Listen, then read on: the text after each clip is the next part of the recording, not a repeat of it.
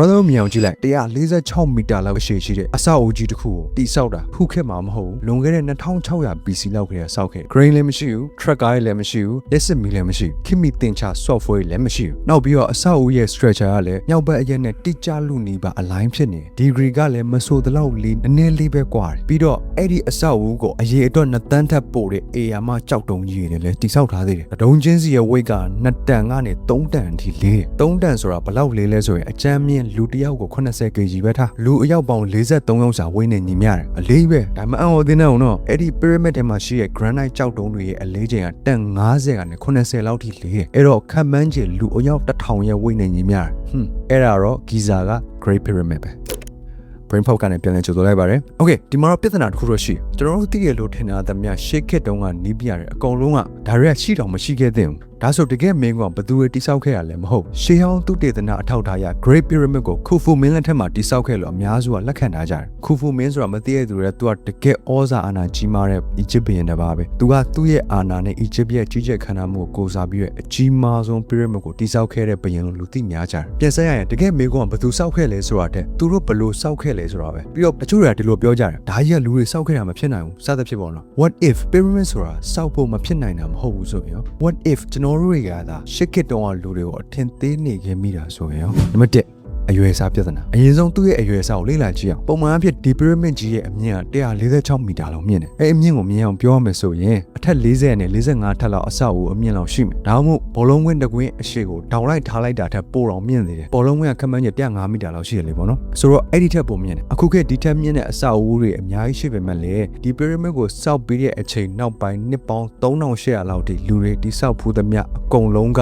ဒီအမြင့်ကိုမကျော်နိုင်ခဲ့ကြအောင်စဉ်းစားကြည့်နော် whole ancient Egypt ကနေပြီးတော့နောက်ဆုံး medieval Europe ခေတ်အထိဒီထက်မြင့်မားတာမရှိခဲ့ဘူးအခုကြည့်ဒီကြောက်တုံးတွေက1.3 တန်းလောက်အရေအတွက်ရှိတဲ့ကြောက်တုံးတွေတတုံးကိုပြန်မြ2တန်းကနေ3တန်းထိလည်းလေးသေးရဲ့အတွင်းက granite တုံးတွေကဆိုရင်တန်50နဲ့80ထိလေဒါကိုခုနလည်းပြောပြပြီးတော့နောက်တစ်ချက်က brother တို့အုံနောက်တော်တော်စားစင်မဲ့ပိုင်းမယ်ဒီ pyramid ရဲ့ base က perfect ဖြစ်လို့နီးပါအံ့ဩဖို့ကောင်းလောက်တိကျတဲ့အဆင့်လောက်မှာရှိတယ်တဲ့ဆိုတော့ pyramid မှာရှိတဲ့တောင်လေးတောင်ကအရှိအနောက်တောင်မြောက် direction တွေနဲ့ထပ်တူကျလို့နီးပါရှိတယ်အခုခေတ် engineer တွေတေချာအောင်တိုင်းထွာပြီးပြီသူရဲ့တိကျမှုရဲ့လုံးဝအမှန်ကန်ပဲဒီမှာဘဝင်မကြစံမေးခွန်းတစ်ခုရှိတယ်ဒီလိုကျက်ခစ်ကာလလူရင်ချမှုကနေပြီးတော့ဒီလိုတိကျမှုမျိုးကိုသူတို့ဘလို့ရယူနိုင်ခဲ့တာလဲအဲ့ခက်က GPS လည်းမရှိဘူးလေဆာကိရိယာလည်းမရှိဘူးဒီနေ့ modern ခေတ်ကာလမှာ survey လုပ်နိုင်တဲ့ကိရိယာတွေလိုမျိုးတစ်ခုမှမရှိဘူးဒါကြောင့်ဒီနေရာမှာလူတွေကစပြီးခက်မှန်းလာခဲ့ကြတာဂျိုသားတွေရဲ့လက်ချက်များဖြစ်နေမလားဆိုပြီးဒါပေမဲ့အဲ့အတွေ့လေးကိုခဏလောက်ရပ်ထားလိုက်ပါနံပါတ်1လျှို့ဝှက်စံကျဲသောဆောက်လုပ်ရေးအဆောက်လုပ်ပုံနဲ့ပတ်သက်ပြီး theory မျိုးရှင်းပြချက်တွေရှိတယ်ဒါနဲ့ပတ်သက်ပြီးတော့လည်းအခုထိဆွေးနွေးနေကြဆဲပဲအဲ့ဒါက mainstream အဖြစ်ဆုံးရှင်းပြချက်ကတော့ RAM ဆိုခေါ်တယ်မြန်မာလိုဆိုရင်တော့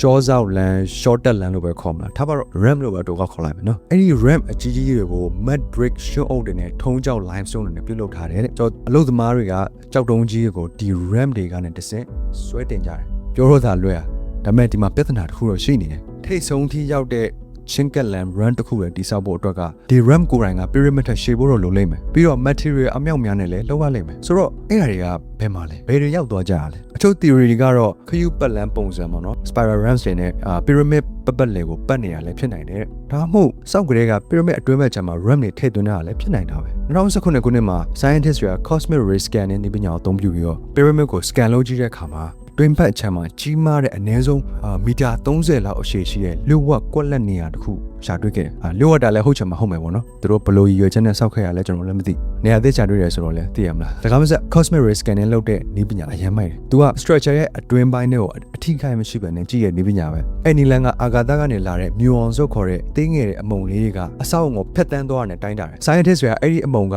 အဆောက်အုံရဲ့အစိတ်အပိုင်းအမျိုးမျိုးကိုဖျက်ဆီးသွားတဲ့ပမာဏကိုစစ်ဆေးတယ်တနေရာမှာအမုံတွေပုံများပြီးဖျက်ဆီးသွားတယ်ဆိုရင်တော့ဒေးကြပဲဒီနေရာမှာနေရာလွတ်တော့မဟုတ်ဖောင်းလုံးဖြစ်နေတဲ့နေရာလို့သတ်မှတ်လို့ရတယ်ဒီလိုနည်းနဲ့ scan တာဟုတ်ပါဆိုတော့ပြန်ဆက်မယ်ဆိုရင် pyramid အတွင်းထဲမှာဒီနေရာလွတ်ကြီးကဘာထွက်လုပ်ခဲ့ရလဲလေဝင်လေထွက်ကောင်းမို့လား weight အလေးချိန်တွက်လားဒါမှမဟုတ်မပြည့်ပြတ်သေးတဲ့ဆောက်လုပ်ဆဲတန်လန်းကြံခဲ့တဲ့အခန်းတစ်ခုလားဖြေကတော့ကျွန်တော်တို့ဒီဆောက်လုပ်ခဲ့တဲ့ process ကိုအပြည့်အဝနားမလည်သေးပါဘူးဒါပေမဲ့တခုခုကိုနားမလည်ချင်မဖြစ်နိုင်ဘူးဆိုတဲ့အရာနဲ့မတူပါဘူးဒါကြောင့်ဂျိုသားတွေဆောက်ခဲ့ရလားဆိုတဲ့ theory ထွက်လာပြီးတော့စိတ်ဝင်စားဖို့ကောင်းလာတာပဲဒီ theory ကမှန်လို့တော့မဟုတ်ဘူး အမှန်တော့ဒါကကျွန်တော်တို့လူသားတွေနဲ့ပတ်သက်ပြီးတစ်ခုခုကိုဖော်ပြနေတဲ့အတွက်ကြောင့်မလို့နံပါတ်3လူတွေဘာကြောင့်ဂျိုသားလို့ထင်ကြတာလဲ Alien theory က AK agent မှာပေါ်လာခဲ့တာမဟုတ်ပါဘူး20ရာစုနဲ့ရောက်တဲ့အခါမှာပဲတဖြည်းဖြည်းနဲ့အဲ့ theory က popular ဖြစ်လာခဲ့တယ် Ancient Alien လို့ show တွေပြန့်နှံ့လာတဲ့အခါမှာဒီဟာက mainstream ကြီးဖြစ်လာခဲ့တယ်အဓိကဘာကြောင့်ရလဲဆိုတော့တိကျမှုကအရန်ခက်လွန်နေရကွာပြီးရင်အရွယ်စားကလည်းအရန်ကြီးမားတယ်ဒီအဆောက်အဦရဲ့နောက်ွယ်ကတင်ချကိန်းကန်းနဲ့လည်းအရန် perfect ဖြစ်လွန်အောင်ကြီးဒါကြောင့်မလို့ဒါဟာအဲ့ခက်ကလူသားတွေလုံနိုင်မယ့်အရာတော့မဟုတ်ဘူး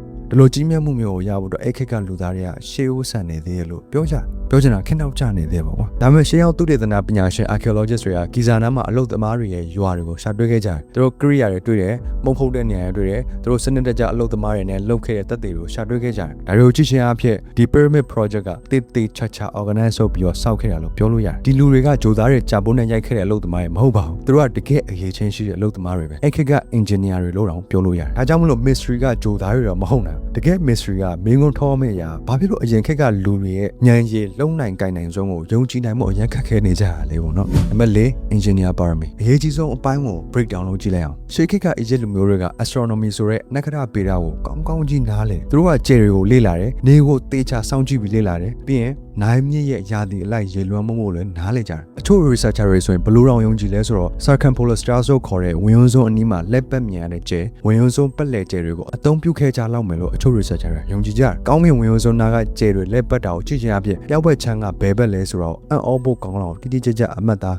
လုံနိုင်ခဲ့တယ် GPS တွေလည်းမလိုခဲ့ဘူးဒီတိုင်းသေချာလေ့လာရှာဖွေခဲ့တယ်စိတ်ရှည်တယ်ပြီးတော့အချိန်ပေးတယ်ဒါဆိုရင်ကြောက်တုံးကြီးတို့သူတို့ဘလို့တည်ခဲ့ကြရလဲဒါကသူတို့တွေးရှိသလောက်တက်တွေအရာရဲ့ပြီးရင်ခမန်းချက်ရတော့ဘလို့လဲဆိုတော့ဆွတ်နေတဲ့တဲတွေကပုတ်တိုင်းမှုကိုတိတိတတ်တာလျှော့ချစေတယ်လို့စမ်းသပ်ချက်တွေကသိရတယ်အလုပ်သမားတွေကအဖွဲလိုက်ဆွတ်ဖားပေါ်မှာကြောက်တုံးကိုတင်ပြီးဆွဲရကတန်ချိန်ပေါင်းမြောက်များစွာရွေ့လို့ရပါတယ် magic တွေမဟုတ်ဘူး physics သဘောတရားပဲပြီးတော့အရန်မိုက်တာအခုခေတ် engineer တွေကဒီ pyramid ရဲ့ technique တွေကိုပြန်ဖန်တီးပြန်စမ်းသပ်ကြည့်တဲ့အခါမှာအဲ့ဒါအလုပ်ဖြစ်နေတယ်အဲ့လိုပြောလို့အရင်လွှဲနေတာတော့မဟုတ်ဘူးပေါ့နော်ခက်ခဲမှုတော့ရှိနေသေးတယ်အလုပ်သမားတွေအများကြီးလို့မယ်ဒါပေမဲ့ဖြစ်နိုင်တယ် pyramid က physics သဘောတရားကိုချိုးဖောက်ခဲ့တာမဟုတ်ပါဘူးအဲ့ဒါကဒီတိုင်းလူတွေရဲ့လုံနိုင်ကိုင်နိုင်ဆုံးကိုအလွန်ကျွံတွန်းပို့ခဲ့တာဘာကြောင့်လဲဆိုတော့သူတို့ဓာတ်တွေလုံနိုင်ခဲ့တယ်ဆိုရင်ကျွန်တော်တို့မေ့လျော့သွားတဲ့ရှေးခေတ်ကလူသားတွေကဘလောက်အတိုင်းတာထိလုံနိုင်ခဲ့မလဲပေါ့နော်နံပါတ်5စစ်မှန်တဲ့လက်ကွာဒီညမှာ twist တစ်ခုတော့ရှိကျွန်တော်တို့တွေ pyramid ကိုကြည့်ပြီးစဉ်းစားတယ်သူတို့တွေကရှေးခေတ်ကလူတွေပဲသူတို့တွေကတိုးတက်မှုအားနည်းတယ်ဒါပေမဲ့သိရမှာ intelligence ဆိုတဲ့ဉာဏ်ရည်က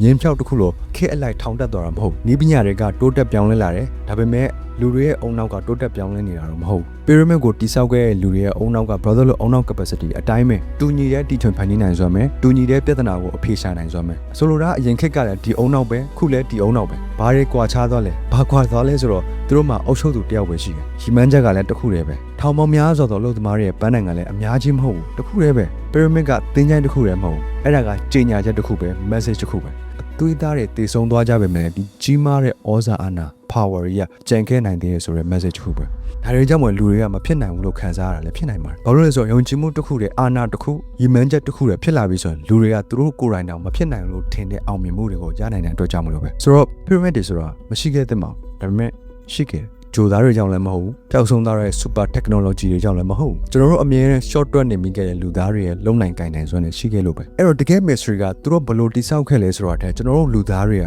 တစ်ချိန်ကဘလောက် powerful ဖြစ်ခဲ့လဲဆိုတာကိုဘာဖြစ်လို့မင်းနေလဲဆိုတာပဲထူးဆန်းတာဖြစ်နေလိမ့်မယ်ဒီကိစ္စဂျိုသားရဲ့အထက်ပိုပြီးမေးစရာမေးခွန်းတွေဖြစ်မယ်တင်တယ်ကျွန်တော်ဒါပါပဲကြည့်ရှုပေးတဲ့အတွက်ကျေးဇူးအများကြီးတင်ပါတယ်နောက်နေ့မှပြန်တွေ့ကြပါ